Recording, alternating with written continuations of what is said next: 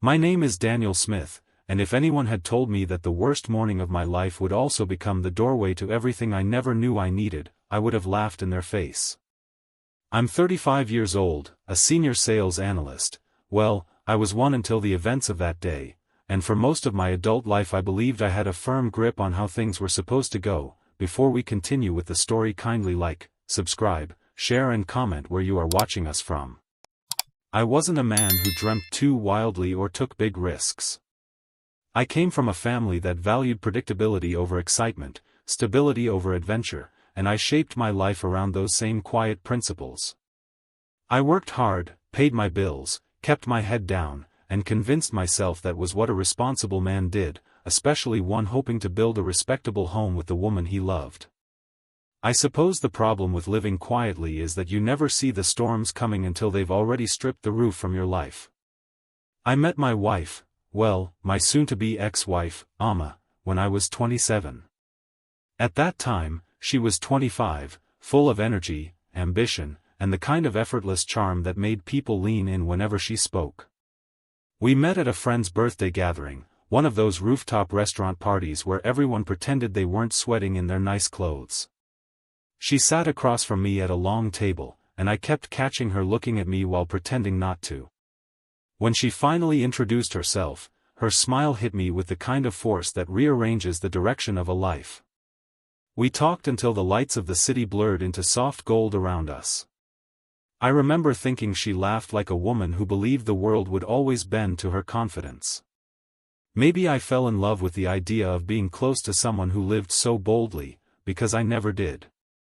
We got married when I was 30 and she was 28, standing under a borrowed arch draped with cheap flowers that somehow looked expensive in the photographs. Everyone told us we made sense together, her fire balancing my calm, my structure supporting her spontaneity. For a long time, I believed they were right. I believed we were right. But things don't fall apart because of one bad argument or one disappointing moment. They crumble slowly, invisibly, in the spaces between sentences, in the places where affection should live but doesn't return home anymore. And maybe I should have noticed sooner. Maybe I should have asked more questions, taken more interest, or stopped brushing off the tension I felt growing like a crack in the wall. But hindsight is the one luxury life gives too late. The day everything collapsed began like any other, except for the strange tightness in my chest that morning. I assumed it was nerves because the quarterly review meeting at work was going to be brutal. Sales had dipped, and my manager was the kind of man who believed pressure built diamonds when in reality it only cracked people. I left the house without breakfast, something Amma used to tease me about but no longer did. She barely looked up from her phone as I walked out the door. We hadn't had a proper conversation in months, and even though we lived under the same roof, it felt like I was cohabiting with a ghost, one that judged me silently. Work went even worse than expected. My manager called me into his office after the meeting, and the moment I saw the HR representative sitting in the corner, I knew. They used the usual words, restructuring, department realignment, cost management, but they all meant the same thing: you're fired. I walked out of that building feeling hollow, like someone had scooped the life out of me and left me walking around with an empty shell. I stood in the parking lot for almost 10 minutes, watching the sun glare off car windows, trying to figure out how I was going to tell Amma. A part of me hoped she'd care, that she'd soften, that she would take my hand and tell me we'd figure it out, the way we used to. The desperate part of me still believed we could find our way back. But when I got home, clutching the box of my office belongings, I didn't find sympathy waiting for me. I didn't find concern or even curiosity. Instead, I found a white envelope on the dining table, placed so neatly it looked staged. At first, I thought it was a bill or some document she wanted me to review. I didn't think anything of it until I saw my name printed formally across the front. Inside were divorce papers, signed on her end, cold and complete. The date showed she had prepared them days before. She didn't even wait to see me before ending our marriage. She didn't ask if I was okay. She didn't ask what happened. She simply walked out that morning knowing she was going to break whatever remained of my heart and didn't bother staying long enough to witness the damage. I don't remember sitting down, but somehow I found myself on the couch staring at the papers. Everything blurred, my job gone, my marriage ending, my sense of self unraveling. I felt like the universe had decided to play a cruel joke, and I was the punchline. I must have sat there for hours, numb and silent, until my phone buzzed with a message I almost ignored.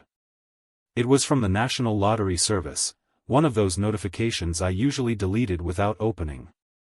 But something made me tap it. Maybe desperation. Maybe irony. Maybe the universe deciding I had been punished enough for one morning. The message boldly stated that my ticket, bought on a whim the previous week, had matched all the numbers. I read it twice, then a third time, convinced it was a scam. But it wasn't. For a long moment after reading that message, I simply stared at my phone as if it were some strange object I had never seen before, my mind floating somewhere between disbelief and the raw ache of everything I had just lost. It felt almost insulting, like life was mocking me by handing me something extraordinary at the precise moment everything else had fallen apart. I kept thinking of Amma, how she would have reacted if the timing had been different, how she might have jumped into my arms or started planning all the things we could do with the sudden wealth. But now all I could think of was how she would assume I somehow won it out of spite, like the universe had chosen to reward me only because she no longer wanted to stay. The thought stung because it made the victory feel shallow, like a celebration held in an empty hall where no one showed up. I sat there holding the phone, my fingertips numb, and tried to understand the magnitude of what was happening. I had spent years believing my life would follow a predictable timeline: steady work, a peaceful marriage, maybe children, then quiet old age, but everything had become a twisted joke, flipping itself in a way I couldn't make sense of. I thought about the job I had dedicated nearly a decade to, the sacrifices I made, the nights I stayed late completing reports, all because I thought hard work protected me from sudden downfalls. Yet here I was, holding a box filled with office leftovers and divorce papers signed by a woman who once whispered vows of forever. It felt like I had been stripped bare in front of the world, then handed a win so big it didn't even feel like it belonged to me. When I finally stood up from the couch, my body felt stiff, like grief had crept into my bones. I walked to the kitchen, poured myself a glass of water, and realized my hands were trembling. Everything around me suddenly felt too sharp: the clinking of the glass on the counter, the hum of the refrigerator, the glare of sunlight sneaking in through the curtains. I wondered if winning the lottery was supposed to fill a person with excitement, but all I felt was confusion layered on top of the pain I hadn't even begun to process. Part of me wanted to call Amma immediately and scream the news into her silence, not because I wanted her back, but because I wanted her to feel something: shock, regret, anything that proved our years together had meant more than a signature on a white envelope left carelessly on a table. But I didn't call her. Something inside me whispered that this moment wasn't meant to be shared with someone who had already decided to abandon me. Instead, I sat back down and opened the message again, reading each line slowly as if they might vanish if I blinked. The notification included instructions, verification requirements, the claim process, everything written so formally it almost made the whole thing seem routine. I kept wondering if people who win life-changing money also feel the weight of everything they must now reconsider. Because suddenly, my questions shifted from, how do I survive losing my job and my marriage on the same day, to, what does my life even look like now? And that shift was so overwhelming that for a moment, I wished I could go back to the time before reading the message, when at least the only thing I had lost was everything I once knew. I thought about my parents next, how my mother would react with tears that mixed joy and worry, how my father would try to pretend he wasn't impressed before sitting me down to lecture me about responsibility. They were good people, simple and grounded, and I knew they would see this win as a blessing that came in disguise, even if the disguise had the cruel face of my worst morning. I hadn't told them about the divorce yet, and part of me dreaded the conversation. I could already imagine my mother asking where she went wrong in raising me, even though none of it was her fault. Fathers have a way of looking at their sons during moments like this that makes the world feel heavier, like you're carrying not just your own failure but theirs as well. Then, as if guided by instinct, I opened Amma's last message to me, sent 2 nights before, where she simply wrote, "We need to talk soon." I hadn't sensed the finality behind those words, maybe because I didn't want to. Reading it again now felt like reopening a wound that had barely begun to clot. It made me realize she had already emotionally checked out long before the papers appeared. I was living in a marriage that had ended quietly in her heart while I was still fighting for scraps of hope. That realization hurt more than the divorce itself, because it meant I had been alone long before she made it official. As the hours passed, the lottery message remained open on my screen like a strange beacon in the middle of chaos. I knew I needed to go to the lottery office the next day to start the verification process, but I wasn't ready for the world to shift again.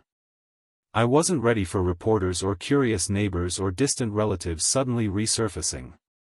I wasn't ready for Amma to hear the news from someone else, though I couldn't decide if the idea bothered me because I still cared or because I wanted her to know she hadn't broken me as completely as she intended. That inner conflict tied knots in my chest until breathing felt like lifting weights.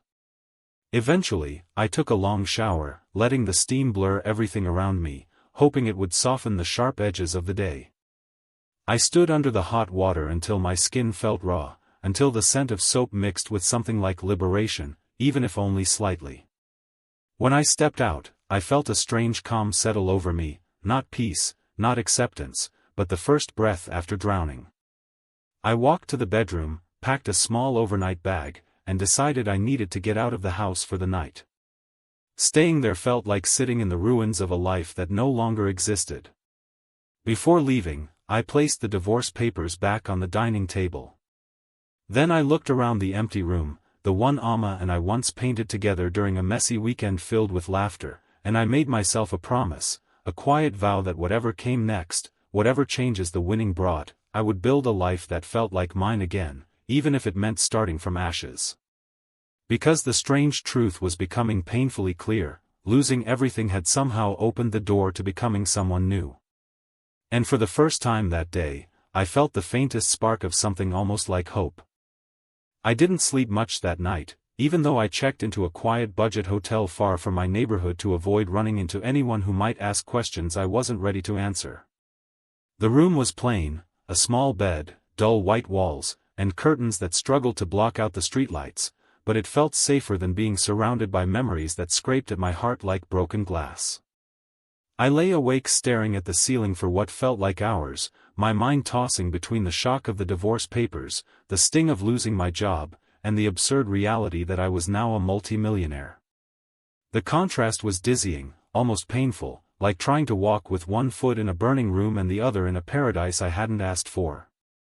I kept wondering if I deserved any of it, if the universe was trying to balance out my sorrows or simply amuse itself by watching me fumble through the chaos.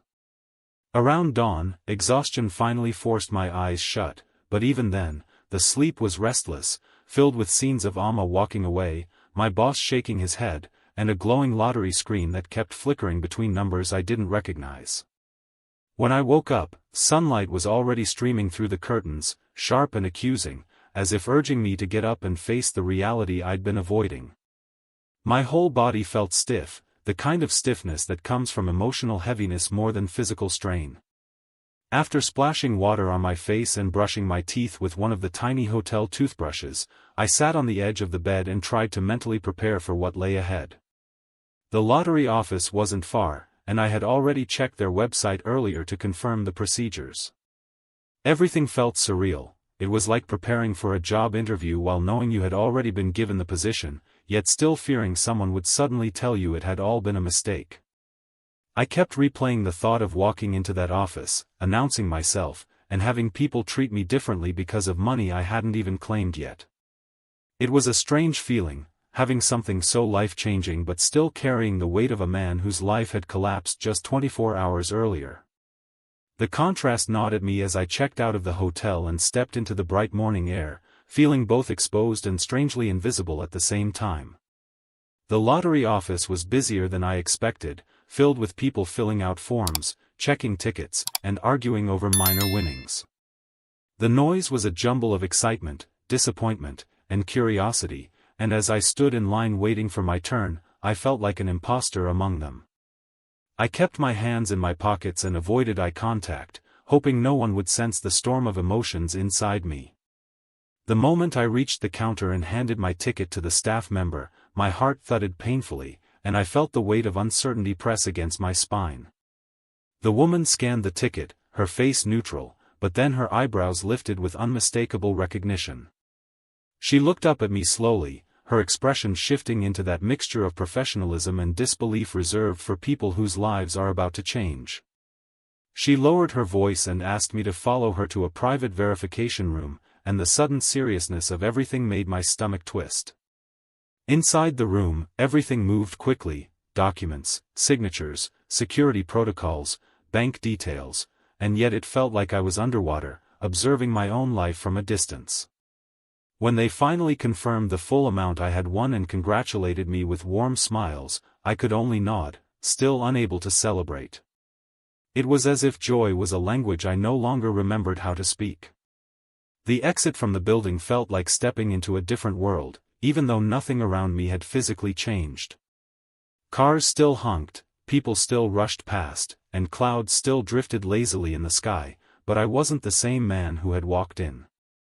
I stood by the curb for a long moment, unsure of where to go or what to do next. I had money now, life-changing money, but no job to return to, no wife to share it with, and no clear plan for the future. The realization hit hard: wealth could fix problems, but it couldn't mend the broken pieces inside me. I pulled out my phone and scrolled through my contacts, pausing on Amma's name longer than I should have, feeling the tug of old habits and old hopes. But instead of calling her, I scrolled further until I reached my mother's number. I almost dialed it, almost let her voice soften the edges of my confusion, but I knew she would hear something in my tone that would make her worry.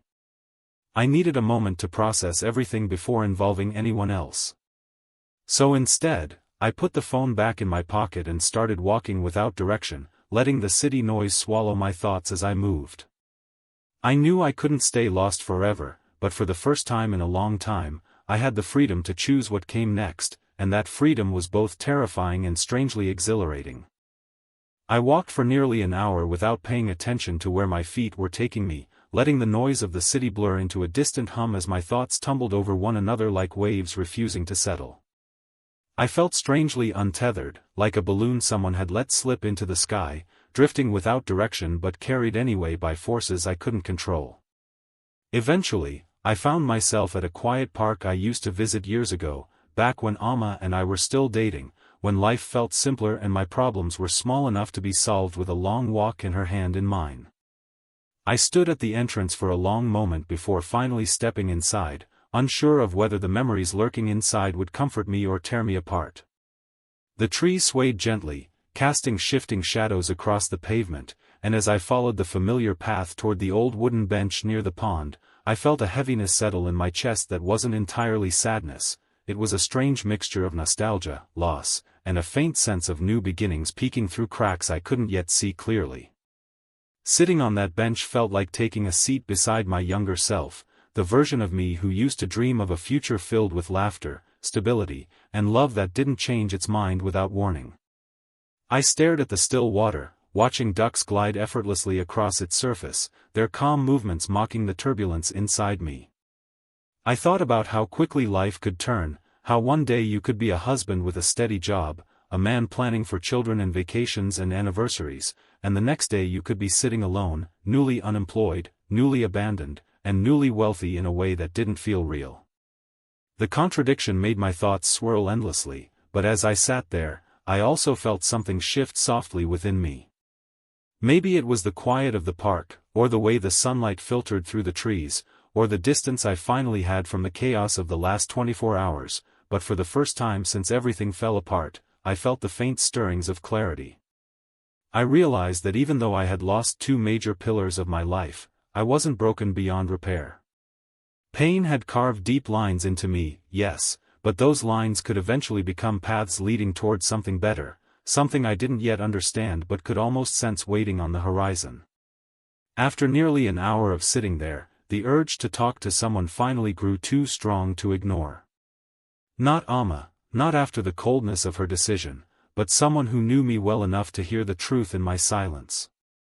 I scrolled through my contacts until I stopped at the name of my oldest friend, Kojo, a man who had been with me through failed exams, heartbreaks, embarrassing mistakes, and the slow climb into adulthood.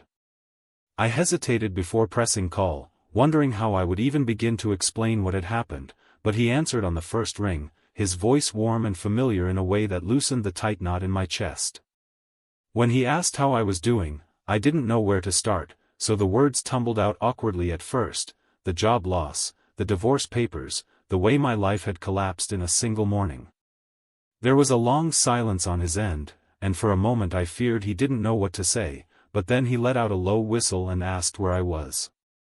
Within minutes, he was on his way, refusing to let me navigate this monumental shift alone.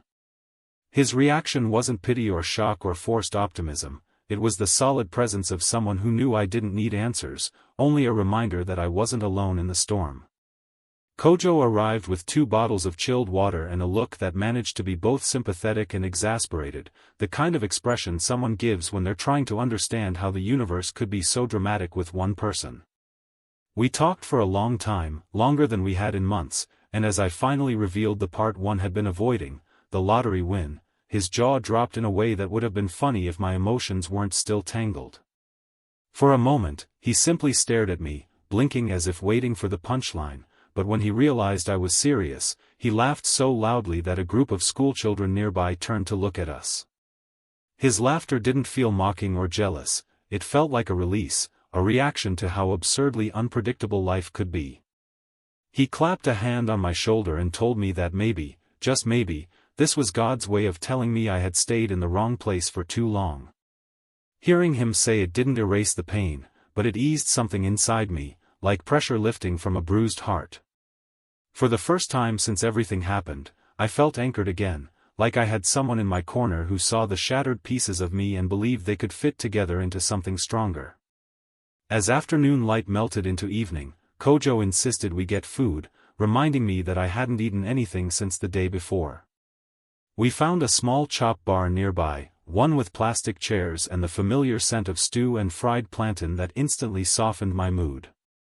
Eating there felt grounding, like reconnecting with something simple and real after being swept up in turmoil. Over the meal, Kojo asked what I planned to do next, and for a moment, I didn't know how to answer.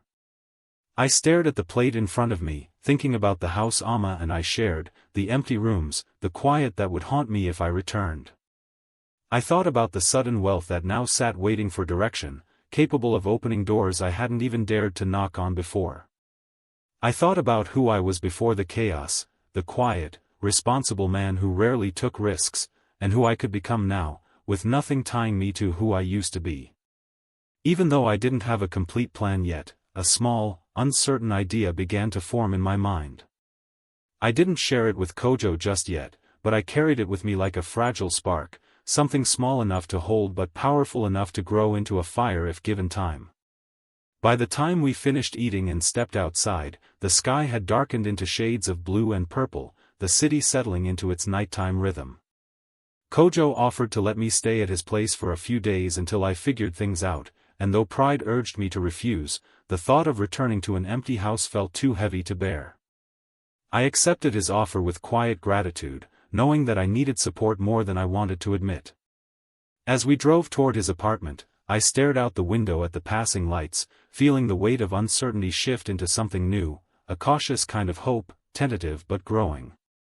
I didn't know exactly how my life would unfold from here, but I realized that the ending I feared might not be an ending at all.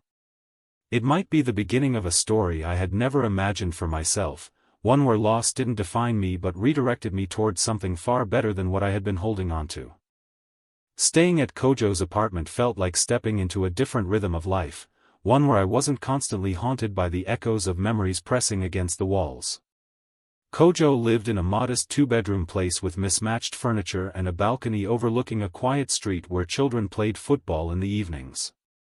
The moment I walked in, he tossed me a spare key and told me to make myself at home, his voice carrying the kind of warmth only long friendships can hold.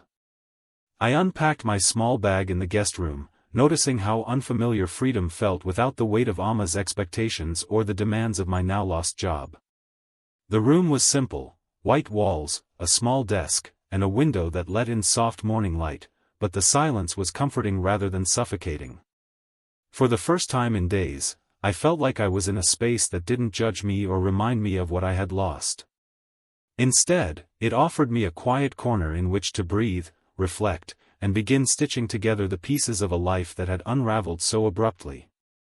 The next morning, I woke up earlier than expected, my mind clearer than it had been in weeks. Maybe it was the unfamiliar environment, or maybe it was the mental distance from the storm I had walked out of, but I felt a faint sense of purpose nudging at me.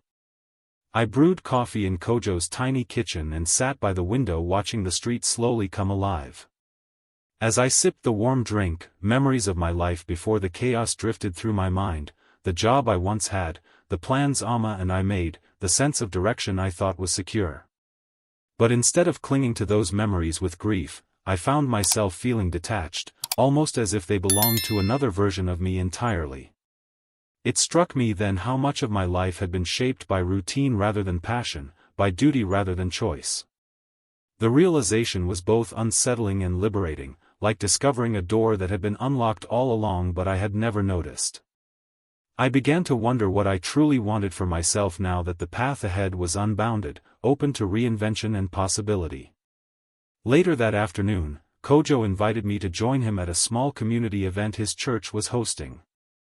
Normally, I would have declined, preferring to stay indoors and overthink my life, but something inside me pushed me to accept. Maybe I needed the distraction, or maybe I needed to immerse myself in an environment where people weren't focused on my losses or newfound wealth. The event was held in a large open compound decorated with colorful fabrics and bustling with children playing games while adults chatted, laughed, and served food. The energy was warm, alive, and strangely soothing. As I walked through the crowd, I felt a sense of belonging I hadn't experienced in a long time. It reminded me that life was still happening all around me, regardless of the upheaval I had faced. The air smelled of fried fish and spices, and music played softly from a speaker in the corner, creating a lively atmosphere that slowly chipped away at the heaviness inside me. That was when I met Ajoa, a volunteer who was helping organize the event.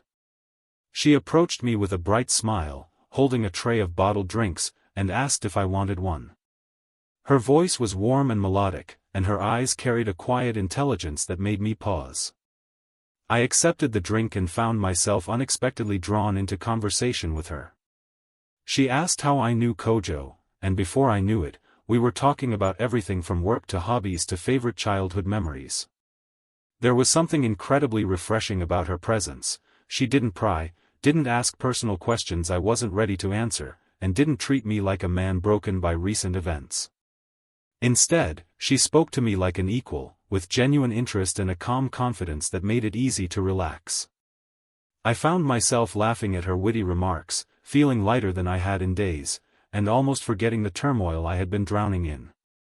By the time the sun began to set, casting golden hues across the compound, I realized I had spent nearly 2 hours talking to her without once thinking about Amma or the divorce papers waiting back at the house. After the event ended, Kojo and I walked back to his apartment, and he immediately nudged me with a grin, teasing me about how animated I had been while talking to Ajoa. I tried to brush it off, insisting it was nothing more than a pleasant conversation, but he raised an eyebrow in that knowing way only best friends can. He told me that he hadn't seen me smile like that in months, maybe even years, and the statement hit me harder than I expected. It made me realize how long I had been living in emotional scarcity, giving more of myself than I was receiving, shrinking parts of my personality to maintain a relationship that had already been fading. And now, with everything stripped away, I could see the truth clearly: I had outgrown the version of life I once clung to. As I lay in bed that night, the memory of Ajoa's smile lingered in my mind, not as a symbol of immediate romance, but as a reminder that my heart was still capable of feeling warmth despite everything that had happened. The following day, I received a call from the lottery office confirming the final details of my winnings and informing me that the funds would be released into a secured account within 48 hours. Hearing the official confirmation should have felt exhilarating, overwhelming, maybe even frightening, but instead, it brought a steady sense of calm. I no longer saw the money as a chaotic twist of fate, I saw it as an opportunity, a second chance to rebuild my life with intention rather than survival. I spent the day researching investment options, financial advisors, and long-term plans, determined not to let this chance slip into reckless spending or wasted potential. I wanted to honor whatever new direction my life was guiding me toward, even if I didn't yet know exactly what form it would take. That evening, as I stood on Kojo's balcony watching the neighborhood settle into nighttime quiet, I felt something I hadn't felt in a long time: hope. Not the fragile kind that depends on another person's choices, but the kind that grows from within, rooted in self-discovery and resilience. I realized that the disasters of the past week had broken open parts of me that needed to be rebuilt, and in their place, something stronger was forming. My story wasn't ending, it was shifting, expanding, opening doors I hadn't even known existed. And for the first time since Amma walked away, I felt ready to step through those doors, even if I didn't yet know what waited on the other side. I took a long breath as I stepped out of the mediation office that morning, feeling the cool air brush against my face in a way that reminded me how far I had come since the day everything fell apart and then somehow began to rebuild itself at the same time. That strange day when I got fired, got served divorce papers, and won the lottery had once felt like the point where my life split cleanly in two halves, but standing there now, I realized it was really the beginning of the journey that forced me to confront every fear, every regret, and every broken piece of myself I had ignored for far too long. Even though the legal process between Mia and me wasn't quite finalized yet, we had finally reached a place of clarity and understanding that made me feel as though the worst storms had already passed, and for the first time in months, I could breathe without feeling like the weight of the world was pressing down on my chest. As I walked toward my car, I thought about how differently things might have gone if I hadn't taken time to reflect on who I had been during the marriage, because even though Mia had been the one to end things first, I had learned enough about myself to admit that I hadn't been completely blameless in how distant we had grown. I remembered the long nights I spent working late at the advertising company, thinking I was providing stability while she quietly felt abandoned, and the weekends I canceled plans in favor of chasing deadlines instead of nurturing the relationship that had once meant everything to me. In those early days of shock and confusion, I had blamed her for leaving right when I needed support the most, but as the months passed and I attended therapy, spoke with her calmly, and listened instead of arguing, I realized that she hadn't walked away in anger so much as exhaustion, and that truth hit me harder than the news of my firing ever had. Because of that newfound understanding, walking into mediation felt less like preparing for a war and more like two people acknowledging that they had once loved each other deeply, and even though that love had changed shape, it hadn't turned into hatred the way I once feared it would. Mia had looked at me with softer eyes than she had in a long time, and hearing her say that she didn't resent me anymore or want to punish me made something inside me loosen, as if the final knot of guilt had been untied at last. We talked about how the lottery money had both complicated things and opened new doors, and I told her honestly that I didn't want it to become a weapon between us but rather a chance for both of us to start fresh in healthier ways. I offered her a fair settlement, not out of obligation but because it felt right, and the relief on her face told me I had made the correct choice, one that would allow us to part peacefully without bitterness infecting whatever came next in our lives.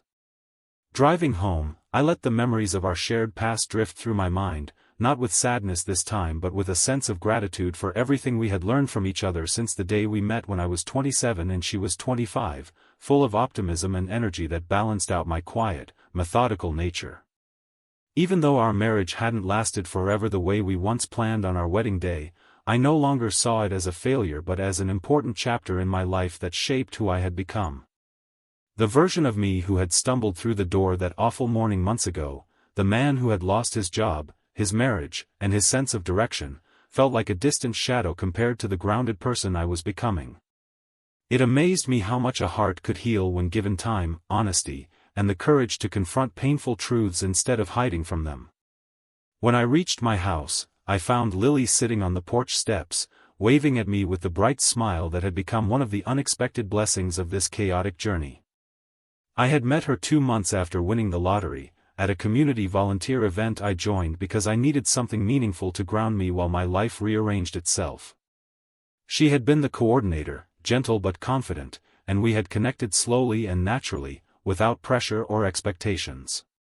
She knew about my divorce, the lottery, and the emotional mess I had been sorting through, yet she never pushed me to move faster than I was ready to. Instead, she offered kindness, patience, and steady companionship that helped me rediscover pieces of myself I had forgotten even existed. Seeing her sitting there waiting for me filled me with a kind of calm joy I hadn't felt in years. We walked inside the house together, and I told her everything that had happened during the mediation, including the fact that Mia and I had officially agreed on terms that left both of us feeling secure and respected. Lily listened with that same thoughtful attention she always gave, squeezing my hand gently when I paused to gather my emotions.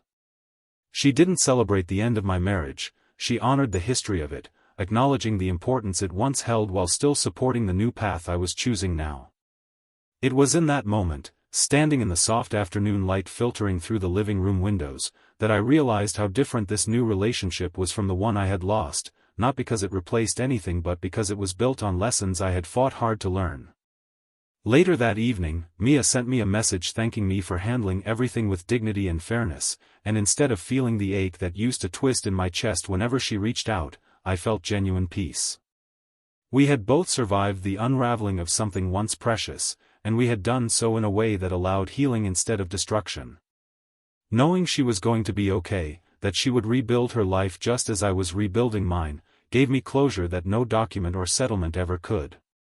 It made me appreciate even more the strange, unpredictable way life had unfolded since that chaotic day when everything crashed at once only to reveal possibilities I never could have imagined.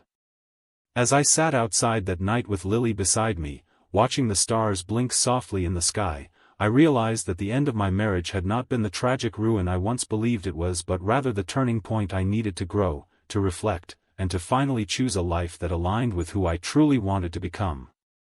The lottery had given me financial freedom, but the real transformation came from the emotional awakening that followed, teaching me to cherish people more deeply, to listen more openly, and to live with intention rather than drifting through routines.